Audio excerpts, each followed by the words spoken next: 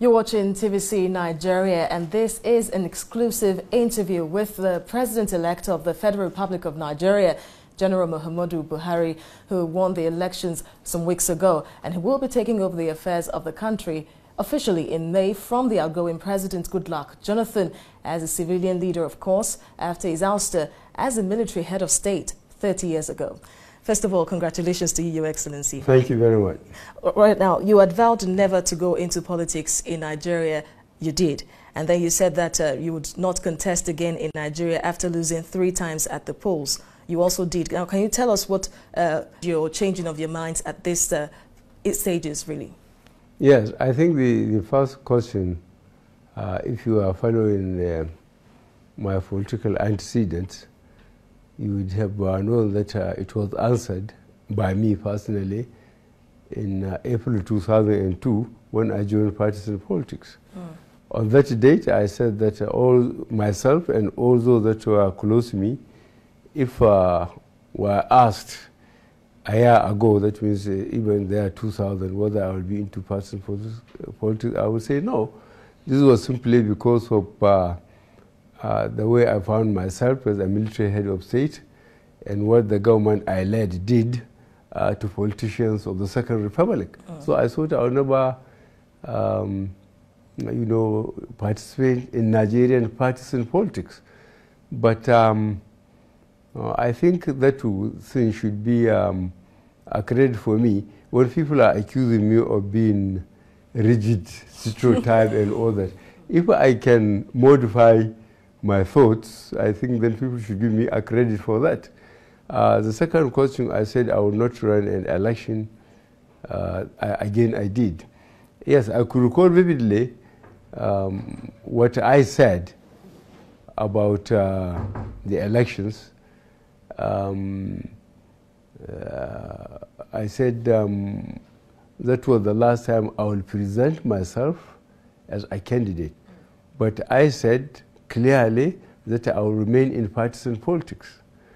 And I have answered this question so many times to your colleagues that people from states and both politicians and non-politicians came and said that I cannot say that I will not participate. Since I said I will remain in partisan politics, then it is my party that will decide what to do. And I agreed. So eventually, if you could recall, I was in ANPP. I left the ANPP. We floated CPC, and then we decided to have a merger, which got the 3 main political parties together under the name of APC, and that's how we arrived where we are today. When it was clear that you were going to win the presidential election this time around, how did you feel? And then the point where President Goodluck Jonathan put a call across to you, congratulating you even before the election results was announced.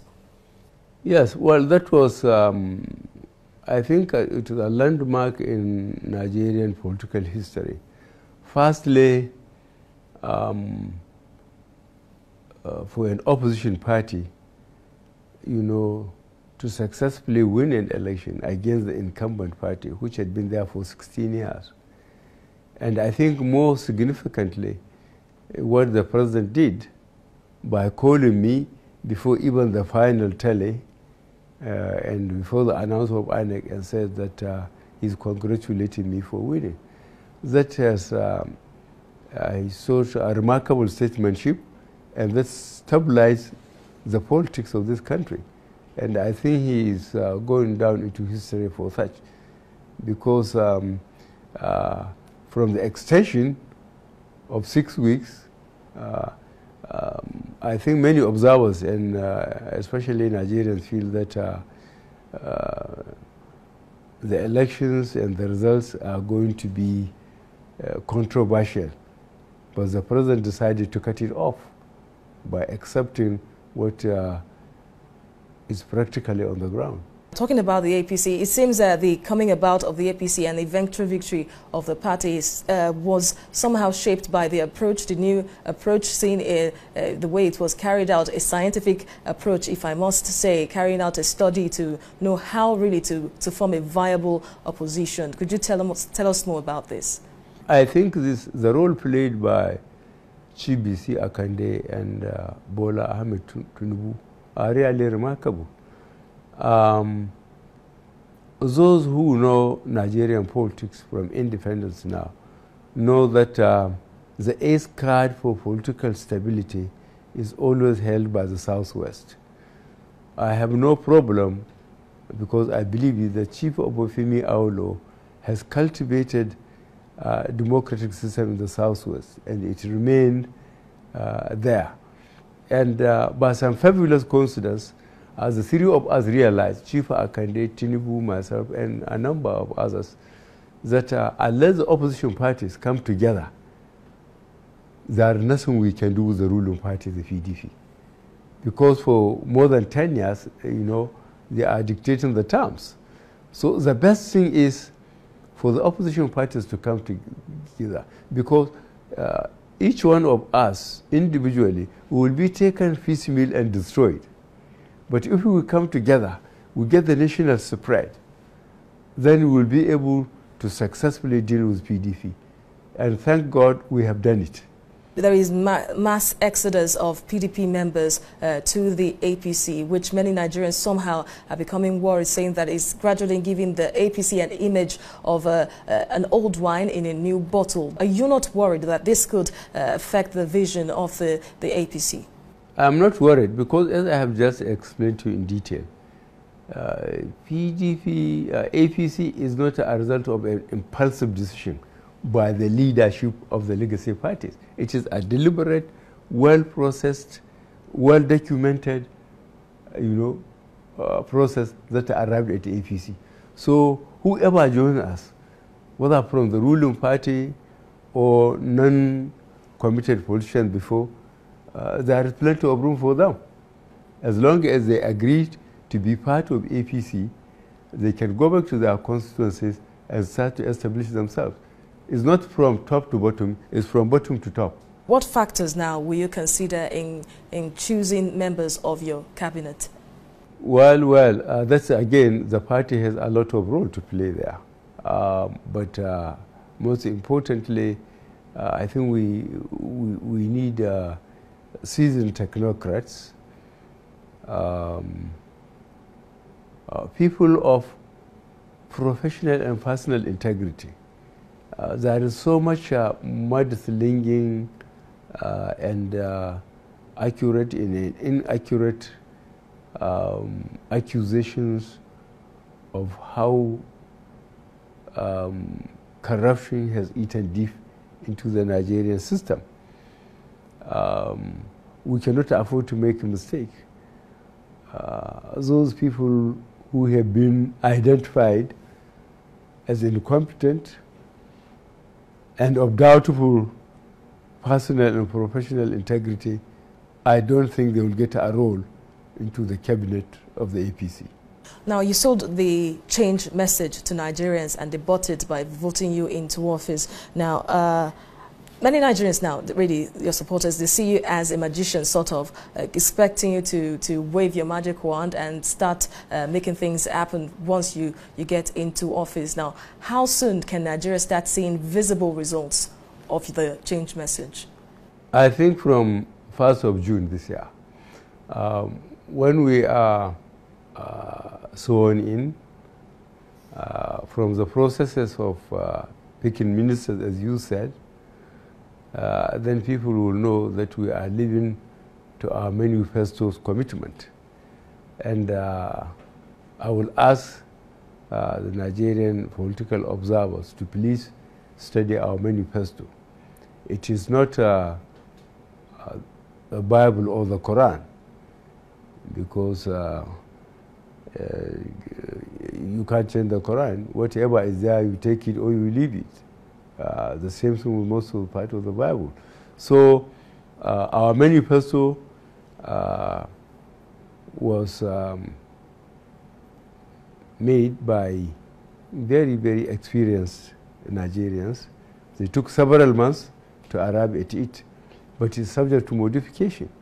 As soon as we are in government, we'll highly respect the role of the other two tiers of government, the legislature, and the judiciary. So whatever we said in our manifesto, people must accept the fact that we have to modify certain things according to the law and the constitution of the country. All right, Professor Tam David West, the former petroleum minister, said that your government, once you get into power, that you would reduce the petroleum price to 40 naira per litre, that it's possible and that Nigerians should look forward to that. Can you please confirm if so? Well, he said it. I didn't say it. So why should you hold me to ransom about what he said? But having said that, he has been Minister of Petroleum under me, so he knows the industry and he's keeping himself up to date. And I have my own idea about this subsidy or non-subsidy. Mine is based on facts which were available to Tom David West and those that are interested in our prospection and development of our petroleum industry. For petrol to cost so much in Nigeria relative to other countries, how I wish Nigerians could articulate their representations and present it to the government. Because from what I know, the prospection and development of Nigerian petroleum industry was largely financed by Nigeria in terms of Nigeria's percentage of shares in the prospection and development companies. I can understand Nigerian to pay the cost at filling station should be the cost of a barrel from the wellhead, the type of crude, transportation to the refinery, the cost of refining, the cost of transportation from the refinery to the filling stations. And then we look hard at the economy. I mean the cost of the economy itself internally in Nigeria, and then the cost of fuel outside, so that we don't make our fuel too cheap, you know, to encourage smuggling and other irresponsible acts identified by a lot of Nigerians in the industry. Because I know, to the best of my ability, the upgrading of Port Harcourt refinery from 60,000 to 100,000, and then the building of another core refinery in Port Harcourt over 150,000 barrels. So Port Harcourt alone had the capacity of refining 150,000 barrels of Nigerian crude a day. And then I, as Minister of Petroleum, signed the contract for Warri, 100,000 barrels a day, Kaduna, 100,000 barrels a day, and pipeline were built throughout across the country, more than 3,200 line pipes, and then more than 20 depots from, say, Ilorin to Gusau, to Maiduguri, to Kano, to Makadi, to Adamawa. We all did that without borrowing. So why should Nigerian borrow cost so much? If we borrow this money and we are paying back with interest, I can understand Nigerians to be charged much more than it should be, as I described it. So in other words, are you saying that it's possible the price of petrol pegged at 87 naira per litre now could reduce when you get to office? We will look at it. It is going to be difficult. The reason is this. Virtually the infrastructure has been destroyed by neglect, by PDP. Even when we were working then, when the refineries were working, when there is maintenance, turnaround maintenance they call it, where refineries are closed and then they are maintained according to specifications by the manufacturers. Nigerians hardly know it. Why? Because the people that are in charge for prospection and development in Nigeria have got refineries all over the world. All we have to do is sit down with them. We are going to get so many thousands of Nigerian type of barrels that will yield so much petrol, so much kerosene, so much diesel, you go and refine it and you bring it for us, we pay you money for transportation. Nigerian could hardly know that refineries are closed. But what PDP governments have done are to kill the refineries, allow the pipelines to be destroyed by saboteurs, and refuse to maintain the depots and so on. So the petroleum industry is in such a mess, just like the rest of the economy, that I cannot promise magic, as you put in magic wand. I don't think I have got that magic wand. Are there plans to revive the refineries and even build new ones under your government? I think that's the most sensible thing to do. One of our problems is lack of employment. Here we are as a country, and in our most important industry, petroleum, people who are trained, petroleum engineers, gas, civil, for pipelines, for structures, thousands of Nigerians are employed. And then you allow a percentage of another set of terrible Nigerians, to destroy this infrastructure, to make people unemployed, to make the rest of Nigeria pay so much for the products that God gave them, that they put infrastructure on the ground, they refine it, they distribute it. They allow a corrupt party within 16 years to destroy that vital economy, along with others. The good old NEPA and power holding company of Nigeria have been sold. Now those who bought them, we have to study what have they done with them. At the time, the government said it voted 7 billion naira for that conference. ASU was on strike. I think this government has capacity for wrong priorities.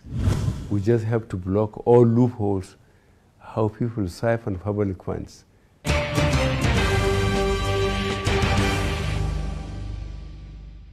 So what about power? What plans do you have to improve power supply in Nigeria? We have to see what efforts were done in terms of privatization. The good old NEPA and power holding company of Nigeria have been sold. Now those who bought them, we have to study what have they done with them. All we know, at least 20 billion United States dollars have been spent on power between 1999 and now. What are the results? There's a lot of work to be done. The country doesn't have a national carrier in the aviation industry, but there are many private aviation airlines around. Now, is there a plan by a government to let Nigeria have a national carrier?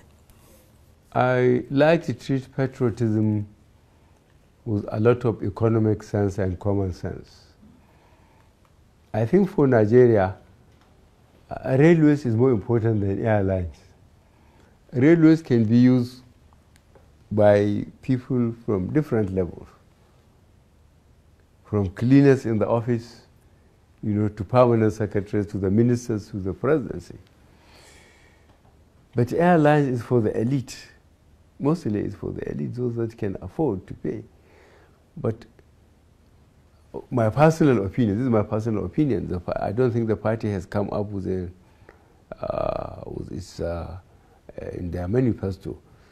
I would give Nigerian railways more priority over Nigerian Airways and Nigerian shipping line, and would give priority to the roads because of the way they affect the economy, especially link roads, roads to the rural areas and so on, where food stuff is brought to the urban areas, where people move either to work and back. So there is a lot of work to be done, but our party, as I said, our manifesto has seen it all. They condensed it, but it can be expanded, and with the participation of the legislature, we will identify priorities and work very hard to get things done. Now, you promised to fight corruption and, of course, improve security in the country. Don't you think this, too, will be a challenge really to tackle effectively? We have three fundamental problems in Nigeria. One, insecurity. Two, unemployment, the damage done to the economy. As I have just mentioned, only one part of it, the petroleum industry. Three, corruption. In all the 35 states, and the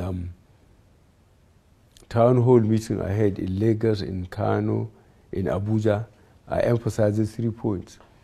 I could not recall any group or any individual disagreeing with me in identifying these fundamental issues. Now, these are issues that will certainly take time, but we thought of agriculture and mining will help, the new government to quickly provide job for everybody unemployed, and we will give that a lot of priority, because insecurity and unemployment and corruption is such a vicious circle that it has to be broken. If you have insecurity, it will affect employment. Look at the schools closed in the northeast, the factories, the bridges blown, and the unemployment they caused, and what the corruption has been doing to us. So I've already started persuading Nigerians to be patient with us and to try to see us. We'll try and explain at every level what we are doing and how we are doing it, and what cooperation we need from Nigerians. So, talking about security, do you think there will be a need for you to reform the military and the police, especially with the drama over your missing certificate and then later on it was found? Yeah, well, it's the inefficiency and the corruption of the PDP administration, as I kept on saying, the last 16 years. Somebody up there in PDP ought to know that the armed forces, and indeed the ministries and other organizations, as I mentioned about financial instructions and administrative instruction. I had the honor to be the Nigerian Army Military Secretary, and I know every commissioned officer has a file.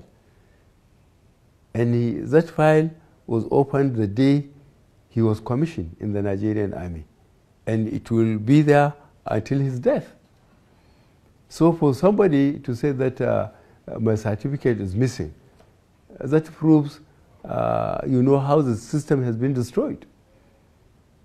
Does it mean the 3 previous times INEC cleared me to participate, INEC didn't know what they were doing, or they were not following the Electoral Act? These are things I think normal Nigerians should quickly see through them.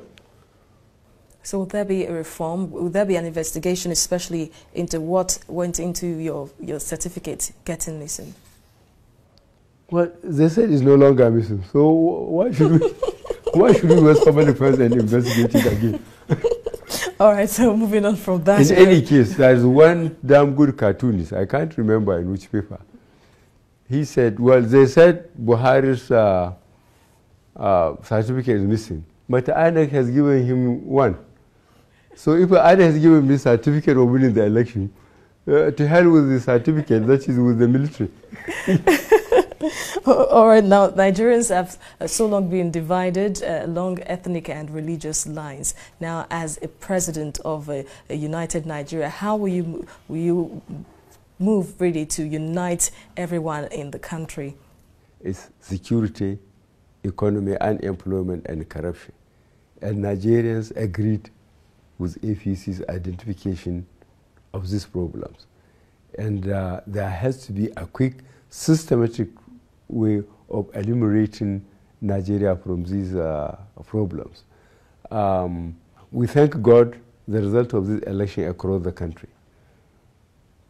It has dealt with what we brought out our social problems across ethnicity and religion.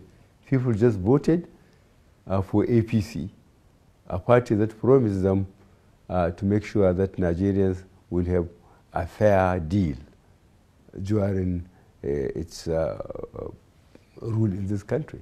Now, will you look into the recommendations in the National Confab report?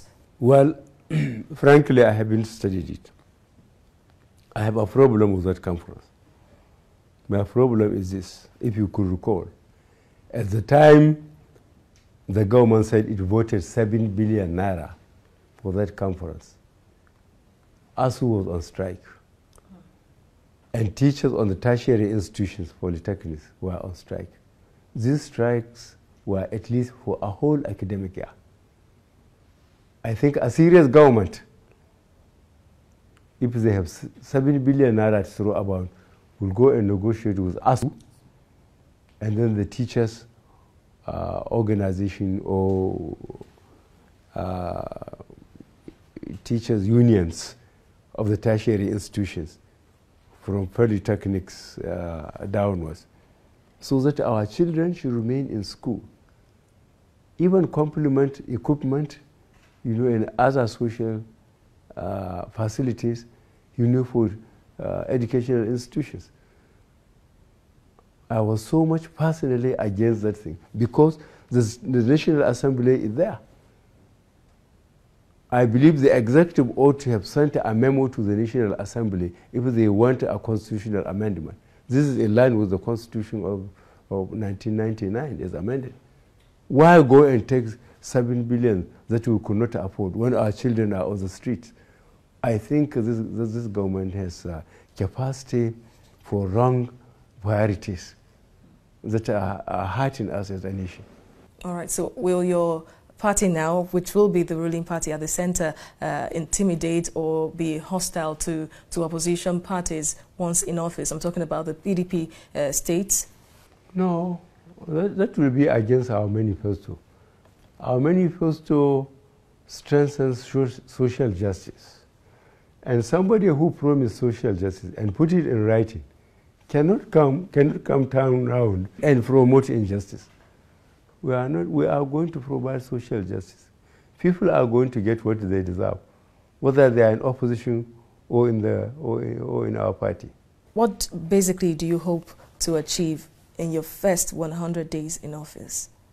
I think the three things I mentioned: security, employment, which means improvement of the economy, and really giving corruption a bloody nose. We just have to block all loopholes, how people siphon public funds for their own interests.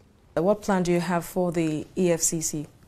Well, I think when I get there, I will find out what the EFCC has been doing, and so that I will know what to do with them. All right, thank you very much, Your Excellency. It's been quite interesting chatting with you, exclusively telling us your plans for Nigerians once you get into office officially in May. Thank you very much. Thanks.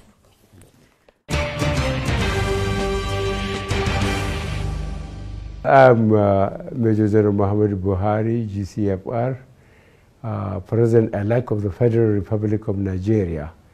And I am very grateful to TVC for taking the opportunity to take such a detailed interview of my opinions on political issues, on economic issues, on security issues that will certainly concern the government as from 30th of May this year.